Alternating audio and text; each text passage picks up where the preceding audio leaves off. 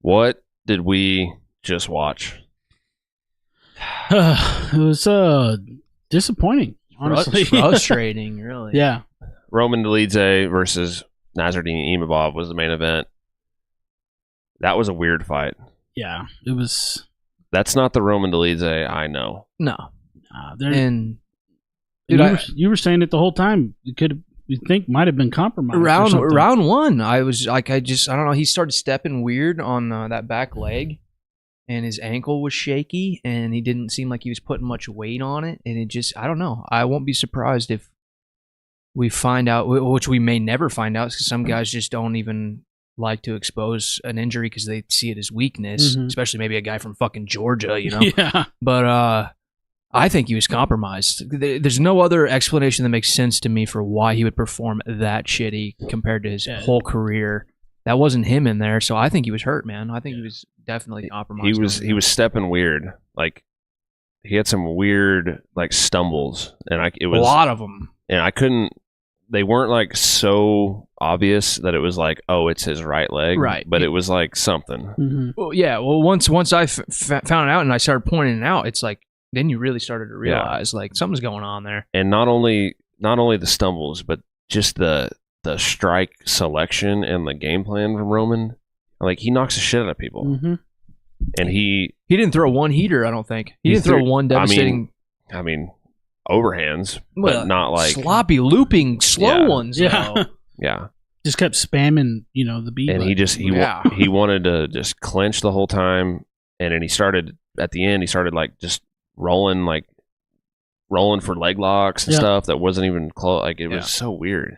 And look, I mean, he did definitely win the clinch game the whole time, but nobody wants to see that, and then it's not going to get you the win in the end, you know? Yeah, he didn't do anything in the clinch. He did nothing. Yeah, he just held him. He literally just gooned him up against the cage. Yeah. That cage weren't there. He ain't doing that. Yeah, I mean, of course, Imavov kicked him with his hand. His fingers were on the mat, kicked him in the face. Good. I don't know the fucking rule. Does it have to be weight bearing? Does it not have to be? I don't think anybody knows the rule. I don't think the refs know. I don't think the commissions know, because everybody's on a different fucking page. I think they should allow, knees to a ground opponent. You should be able to kick people. Like, you shouldn't just have your fucking fingertips on the canvas. On the so cage. Apparently the Ontario Commission or Canadian Commission or whatever, where Evloev and Arnold Allen fought, apparently it has to be weight bearing. Because they didn't take a point or anything. Yeah, that's what Herb Dean said. He said that he. But now weight bearing in Nevada, they just take a point immediately. Then it has to go off a commission. Then yeah, I know it is right. But normally Nevada's the most lenient, and like they're the most progressive. Like, we change the rules and then everyone else does. Sticking to it, yeah. It's just, can we just fucking just get it all the same? Yeah, can somebody just write it down on a piece of paper and everybody read it? Yeah, send a memo out. For Christ's sakes. I don't know. It just doesn't... after, it's 31 years in the sport. There's a lot of... It's about time. It's about time to go ahead and, it's small things. These are small little kinks, that you can just focus on. Yeah. And then get the fucking point across the world, and not just in one commission in one state. The thing is I feel like they don't... Like, they could just start with one thing, like, let's fix this, let's fix judging, but they don't really seem to focus on any of it at all. They don't really care about. Yeah, you know why? Because it doesn't get clicks. It doesn't sell in the media. Yeah, nobody gives a fuck. I've said forever, but they give a fuck when it happens. Right? And that I've said forever, dude. When they fuck up a decision, the UFC low key, they're like, "Fuck yeah, dude." Oh yeah, right. Everyone's gonna talk about this. Mm-hmm. Yeah. Bad publicity is good publicity, Yeah. So that was a weird fight. Imavov, I mean, he clearly won the fight, but I don't think that does anything for him either. I mean, no, it wasn't like the first round. He looked great. Yeah. And then he started falling off. And then he just got tired. He said he might have hurt his hand or something. He said his hand was hurting. So, but I mean, whose hand isn't hurting after you punch somebody in a fight after He 25 minutes. He got held up against the fence. Like, he just accepted it for a lot of the fight. Yeah, I was like, okay, well, I guess you'll just hold me here. Just let him goon him. Yeah. Such a weird fight. Yeah, well, it was. But then there's that. The first fucking round was great. Yeah. Yeah, he's lucky he didn't get See, look, finished. just someone right there. Look, he can't get up. And every time that Roman had to get up after the end of a round or after the refs stopped it or whatever, like, he was very slow. He's very sluggish this entire fight. Yeah, it was definitely different than the Dolidze we've seen. Yeah, in the I mean, past. something's up. What I know for sure is whatever compromised Dolidze did not happen during the fight. No. He came in there like that. Yeah. It was like something you were saying when they were fighting was he was looking for a main event and didn't want to back out because he's been asking one. Yeah. Asking for one. Yeah. It's got to be. I mean, The pressure of it all. I mean, guys don't, especially guys that aren't established names. They don't really like pulling out of fights, anyways. But You can't turn in this situation, it clearly would have been probably the smarter decision to pull out of the fight. Yeah, well, in hindsight, but you can't turn down an opportunity, especially when you don't even know if you'll ever get it, period. Definitely getting it twice, you got to be somebody. And these guys ain't But really. now Dolidze, this hurts him. Yeah. This, not only the loss, but the way it happened. And you know what's crazy about that? It's only his third loss. He's still got a great record, but it's an ugly, awful loss, and that's gonna, that's why numbers aren't always everything. Well, the co-main event was interesting. Moicano, Dober. I enjoyed it. That was fun. I enjoyed it. I would have liked to see Dober get the win, but congrats to Moicano. It wasn't, the fight itself wasn't anything too spectacular, but the most interesting part was Mark Smith never just shutting the fuck up. Yeah, he just wanted to just every 3 seconds. Let's work. And Moicano's like punching him and passing. He literally, what'd you say earlier? He was like, it was his first takedown, and literally within less than 10 seconds, let's work. Yeah. As he was working for position. Mm-hmm. It was weird. Definitely an earpiece in Mark Smith's ear. Apparently, Mark came in compromised tonight as well. Yeah. He was on it was weird. Something. Moicano, though, with the post-fight interview. Post-fight interview. He's funny, dude. Well, because he saw how much heat that first one got him. Oh yeah, he's gonna come out. He saw those likes and some scribbles on his on his socials. Yeah, he motherfucked us to death. So many fucking MF bombs, dude. Yeah, lots of MFs. All right, Randy Brown. 1-1-2. Yeah, well, that was dead. Yeah, nice. Best fight tonight, I guess. That was a good one. Yeah. Randy came out and put on a show. I mean, it was. But hold on. I don't want to just Drew Dober did well in that fight. I don't want to just he had really, really good moments in that fight. He hurt him.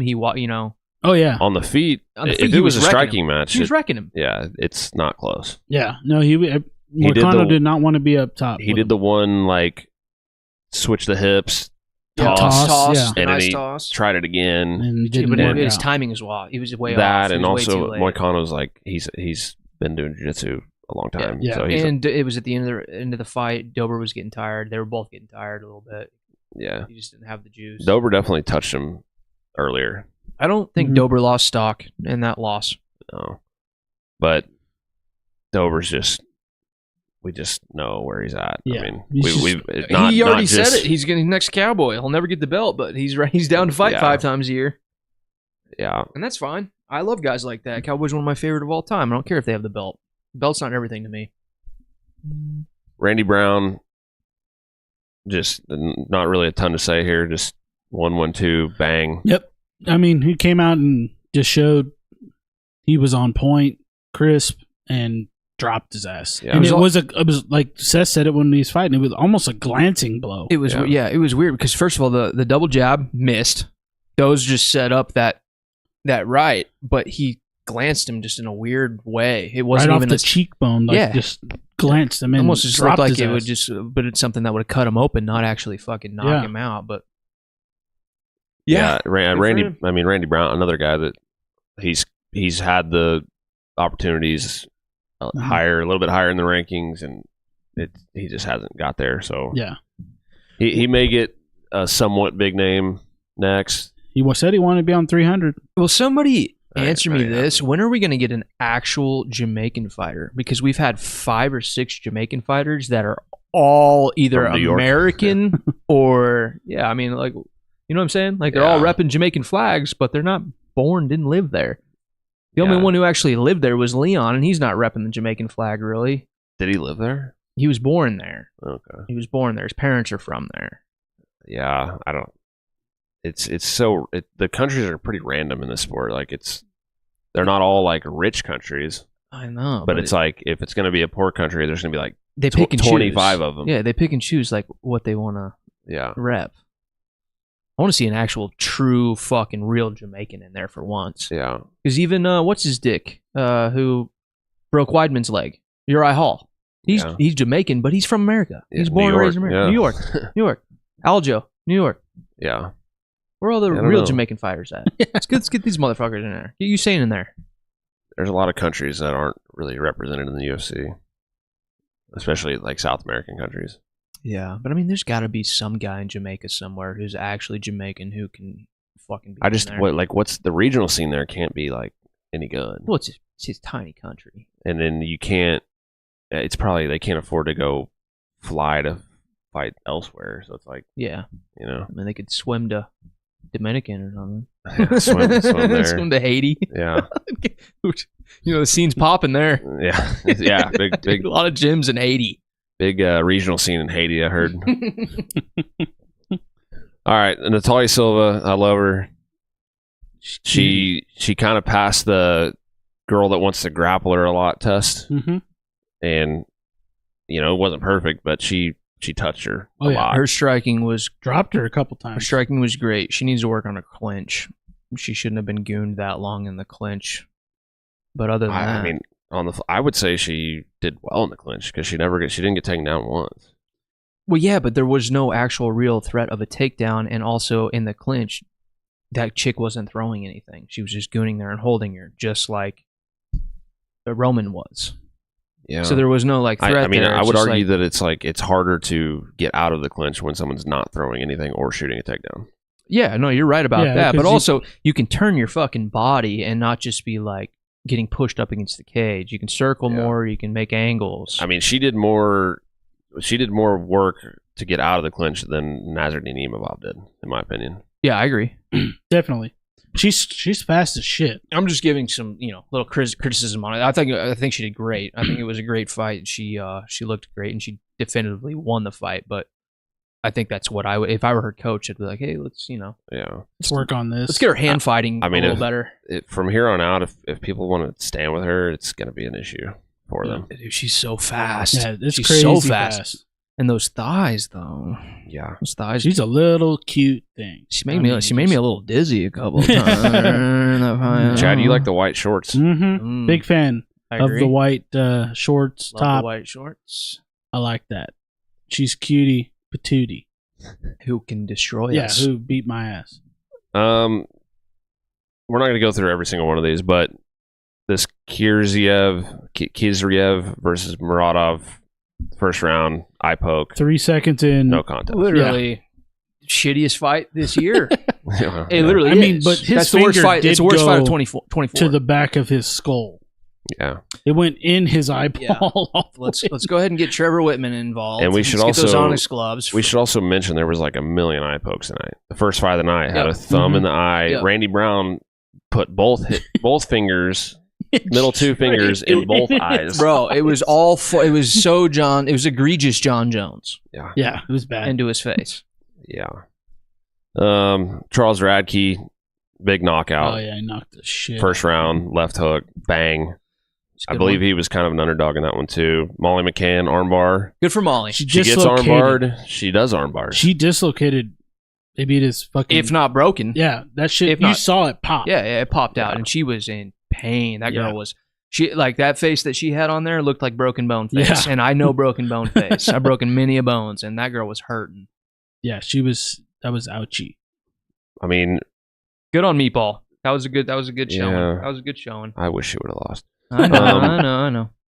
I mean, Charles Johnson, Azat, Maxim, not a special fight other than the fact that Charles Johnson was on a 3-fight losing streak and was a big underdog and was fighting a 17-0 guy. And he won a decision. Beat him. Came out in the third round. He came was on, losing. Yeah. Yeah, the first round did not look good at all for him. He got dropped. He got dropped 3 times and taken down twice. Yeah, got fucked up. Yeah. And then somehow squeaked a decision? I kind of I'm not sure about that decision, but I'm glad it happened. I think he won the other 2 rounds. Yeah. I think he definitely won. I think even the third round was pretty definitive for him. No, the third, I think he for sure The won. second one was iffy. The thing is the 2 rounds that he won were not as definitively won as the first round that he lost. Yeah. But he still won 2 rounds. Yeah. Yeah. And then really, I mean, the only other one to talk about here, Thimba Garembo. Everyone loves this guy. The Rock loves him. Yeah. Sure. Hey, I like him. Here's a new house. He just went like this. Oh, and 32 seconds in. Down goes Pete Rodriguez. Yeah. Done. Pete falls to 5-2. Probably shouldn't have been in the UFC in the first place, but yeah, well, they're throwing the guy he can because that's the Rock's boy. Yeah. The thing is he's beat better guys than Pete Rodriguez already. Sure. Yeah. I think maybe somebody. Okay, yeah, it was supposed to be Kiefer Crosby versus Thimba Garembo. But that seems to be the blueprint that the matchmakers at UFC do, though. Is like they give you a good test to see if you actually are made for the cut. Then and if you get that win, then they give you a couple cans before they give you an actual real test. You know what I mean? That's what they're doing to the guy. Yeah. If you prove that you can grit your way and then win a decent fight when you first get in the UFC, and they want to build you and you got character, then that means your next 3 fights are going to be fucking cans. Yeah. You know? Usually, yeah. I mean, Sean O'Malley. Yeah. Thimba thinks he's gonna be the welterweight champ of the world. Well, don't they all think that? I like him, but I'm not seeing that necessarily. But we'll see. But no, it's got a little ways to go. Anything that we want to say about any of these other ones? Young Lee, Luana Carolina, Markel Medeiros, Jamal Pogues. That Young Lee guy. I mean, he just dominated. Yeah. He did his thing. I mean, there's nothing that Builder? Yeah, Blake Builder. Yeah, Builder could not. Didn't have an answer for anything. Every area. Yeah, didn't matter. Yeah. Just getting beat up. Other than that, I mean, just really pretty a weird card. Weird card. Not really. I mean, a lot of decisions and then just clinching and shit. I guess not a lot of decisions necessarily, but pretty lackluster. Here's a question. So, as long MMA fans as us, we usually look at these cards that are super, low profile.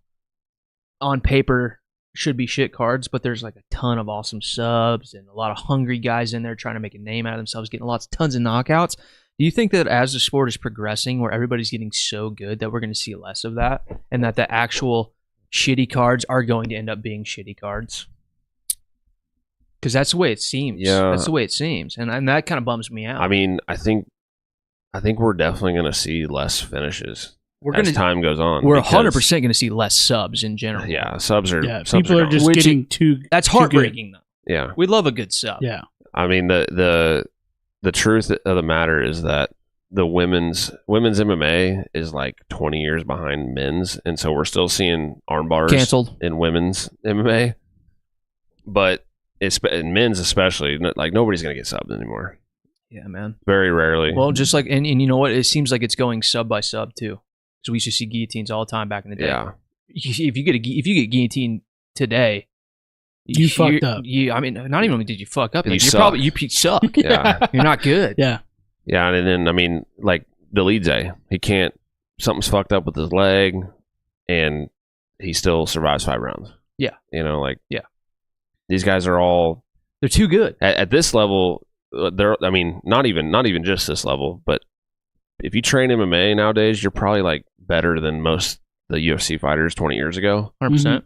And then as a blue belt, if you get to the UFC level, you're tough as nails. So it's because you have to be. There's no there's just, even if you are not, if you suck that day, you're still tough enough to survive. Mm-hmm. One-dimensional fighters are a thing in the past. That's gone. Ain't happening. You can't. It's just no. Yeah, you just can't be that. That's way. it. Yeah, that's a wrap. You're never going to be champ. You're not even going to make top 10 being a one-dimensional guy these days. Unless you're Pereira. Dude. Alex Pereira? Yeah, I mean, his striking is so. Yeah, but he's got good. He's got he's not a terrible anti-wrestler or a terrible submission guy. He just doesn't have to use it. He's one-dimensional though. He's definitely a striker. It's not like if he does get the ground, you're threatened. Well, then you can say the same about Izzy then, who's the most dominant champ. I was gonna say Pereira got taken down by Izzy, and Izzy got taken down by Pereira. Yeah, right. So, yeah, I mean, I think it for the most part. But those are older guys. Those are older guys that are just so elite in one aspect. I'm saying they're a dying breed. I'm not saying it still doesn't exist today, but it's leading to that. Leading to that. See, I'm wondering now, like, because I feel like Blake Builder, I almost said this earlier. Blake Builder is like, he's an MMA guy. Mm-hmm. He's not like good at one thing. Mm-hmm. He's just okay at everything, and he got his ass kicked. Oh yeah, you got every aspect. So it's like, can't be a jack of all trades either. I know, and that's what I'm wondering. Like, are we going to see more guys like Pereira, or what's the guy in PFL now, the kickboxer guy, Doumbé? Doumbé. Like, are we going to see more guys that are just super elite at one thing? So far, well, Doumbé isn't he the Bo one who Nickel. I thought Doumbé just signed with the UFC. Okay, we haven't seen enough of Bo Nickel yet. Everybody's talking mad game on him, but I remember that one fight where he couldn't lock into submission because the technique was so shit. But then I guess, well, I don't know, one-dimensional maybe not the case with him because he knocked the shit out of that. He's a wrestler. He's a one-dimensional wrestler who has power in his hands. Woodburn, but he's got shit for grappling. Val Woodburn. We haven't seen enough out of Bo yet. Yeah, and I like Bo, and I'm a fan, and I have high expectations for the guy, but we haven't seen anything yet that blows my hair back. We all know what we're going to see at UFC 300 from him. Oh, he's easily going to beat Cody Brundage. It's going to wreck him. Yeah, it's going to be quick. Yeah, I mean, he could out-grapple him. He could probably knock him out. Well, I'm hoping for a knockout because if I see another failed, shitty technique sub that he can't sink in, and that's not going to raise stock on Bo Nickel. No, but it like when I saw that against Ben Askren was finishing subs. Yeah, well, but he'd been doing it quite a bit longer. The Bo Nickel Jamie Pickett one reminded me of when I was a white belt, which I still am, for the record. Big same. And I was actually training, and I'd be like, okay, I know that there's a sub here. Like, I can do a sub. Yeah. And I'm sitting there trying to hold the guy down and be like, okay, how do I do this again? Right. I got to do this first. And you have to think through it. Yeah, because you know there's 10 steps to every move. Yeah. But if you have to sit there and think about every 10 steps, and it's not muscle memory, then but that's what I thought. Bo Nickel. That's what I immediately thought of. Is like he's like just now learning this shit, and he knows there's a submission there, but he's like trying to figure out how to do it. Yeah. Which maybe he gets to where he's like fluent with the subs, or maybe he doesn't. When I think he will. He seems like a guy's just a quick learner on anything. Yeah. I think he will. It's just like we had we'll see. We'll see what's up. All right. Anything else on this card? It's a real bummer. I hope that was the worst card of the year, and we don't get any worse than that. Yeah, here on like I'm gonna guess Tuesday, we'll have a preview show for the next card, headlined by Joe Pyfer and Jack Hermanson. Mm-hmm. That one should be better. Should be, yeah. Name wise, especially, bro. There's no way that card is not going to be better. Andre Feely. There's no way that card's not going to be better. So go watch that. Subscribe to the channel. Please. Follow us on Instagram at HOR Podcast. Follow us on TikTok. Just like us. At Hungover Handwrite. That's it. That's all we got. That's it. Yeah. We'll see you guys. Peace. Later. It's 9:30.